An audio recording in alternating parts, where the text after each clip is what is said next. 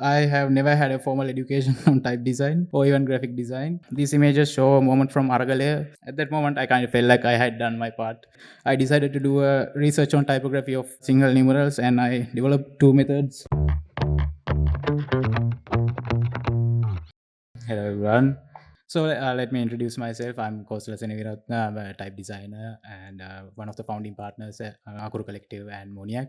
What I'm going to present today is a mix of my work and some of the inspirations that led me to the kind of work I do. I'm going to try to make this very short and hope there's something for you to take from my story. So when Patum asked me to share a few words about my journey in type design, I wasn't actually sure about what to talk about here. My journey in type is very much intertwined with the origins of Mooniak and the work we have done as a collective. It was kind of random how I landed where I am. To be clear, I have never had a formal education on type design or even graphic design. I had a brief stint at interior design some time back, but I guess that wasn't my cup of tea. But as a kid, I was curious and interested about nicely designed things. The earliest memory I have of being fascinated by graphic design is watching my father drawing this packaging for a box of cigars for a small business he owned in the 90s. I remember him making prototypes and drawing all the letters, logos, and all the imagery for this packaging. So I kind of got to observe in my surroundings how a design is done from a sketch to the end product. But that alone didn't really do much to convince me to pursue a career in graphic design.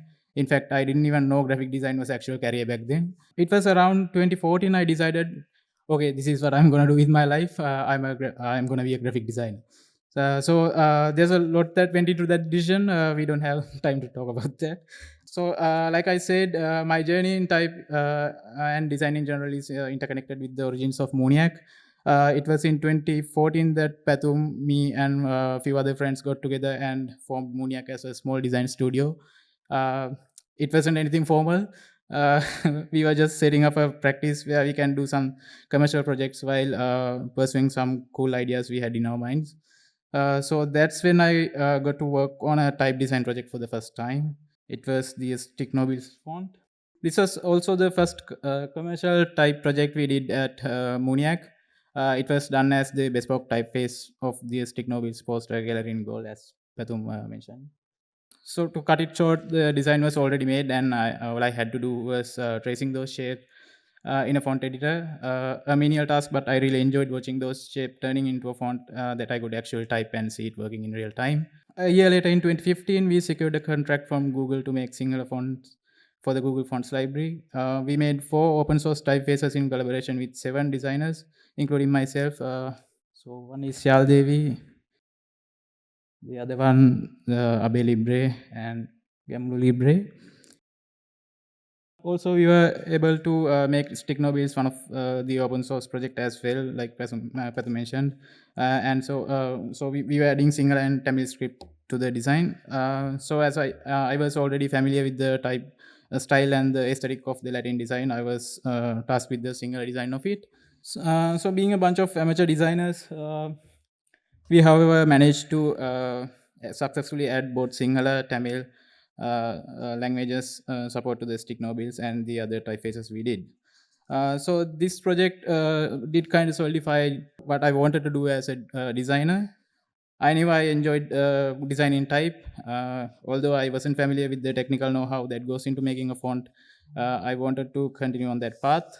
So with the payment I got from that project, I bought a MacBook, uh, dropped out of the interior design school, and traveled India with the rest of it.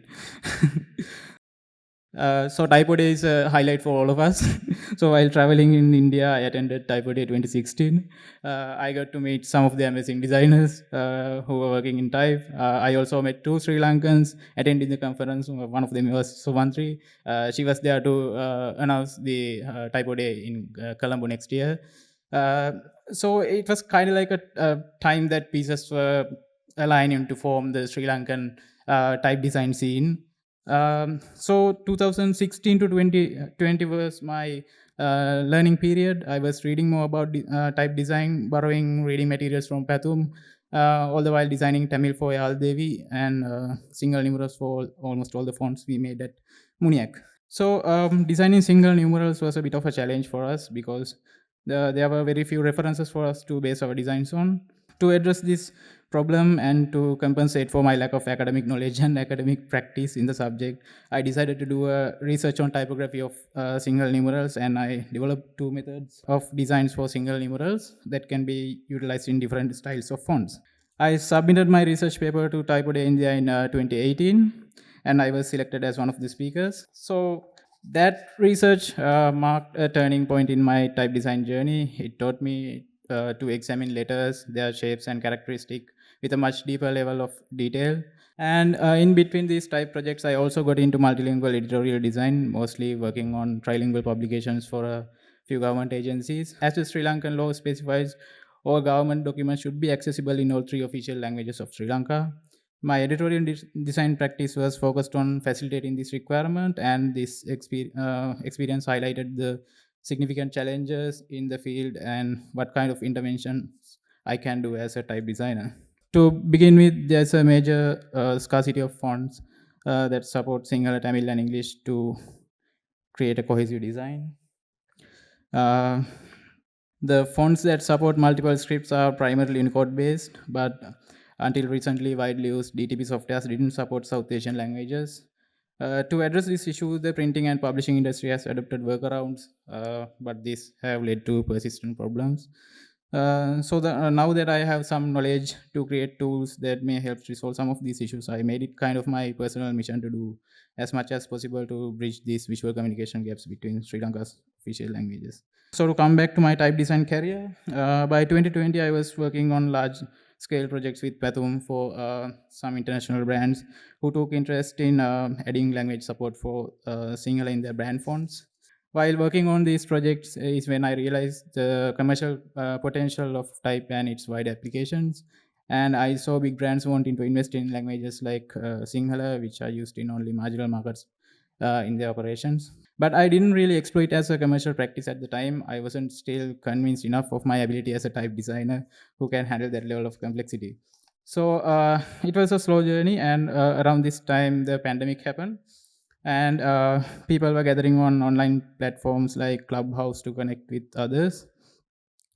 In one of these gatherings, some of my early designs got some renewed attention, which led to some interesting collaborations. I did this collaboration with the fashion brand Lovi in 2022. This design was inspired by the truck arts in Sri Lanka. And later, I also worked with them to create the lettering for the opening ceremony attire of the Sri Lankan national team at the 90th Asian Games. While doing all this, my primary interest was to somehow contribute more to make more Sinhala, Tamil, and Latin supported fonts. It's a really good feeling to see the fonts you have made actually being used. This was one such moment for me. These images show a moment from Aragale that happened not so long ago and not so far from here. I had no connection to this grand rebellious act, but when I when I saw the stick novice font in all three languages present in this projection, at that moment I kind of felt like I had done my part. In 2022, amid this economic crisis, Peter Bilak from Typotech, Type Foundry, took me on board to work on the single extension of the November project. November is a highly accessible and legible type family made for signages and information systems. It is one of the largest type systems that support 14 South Asian scripts that's been used to write more than 280 languages. It's a massive project in scale which produced 63 styles of fonts for each language in one family. That's a total of 882 fonts.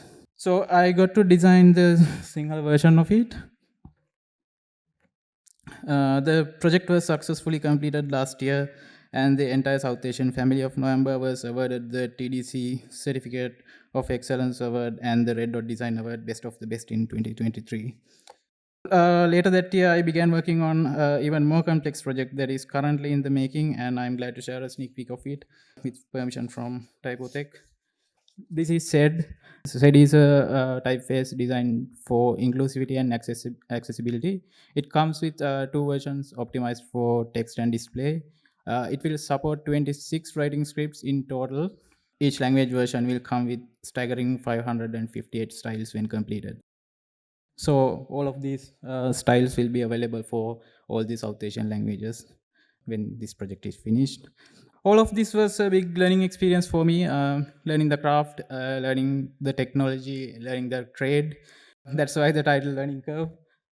Especially the scripts like Sinhala having had very little development. The few of us who are working on the Sinhala script have to develop processes, tools, and knowledge along the way. So each and every project is a learning opportunity for us as well. And I'm glad that I have been lucky enough to have had that opportunity.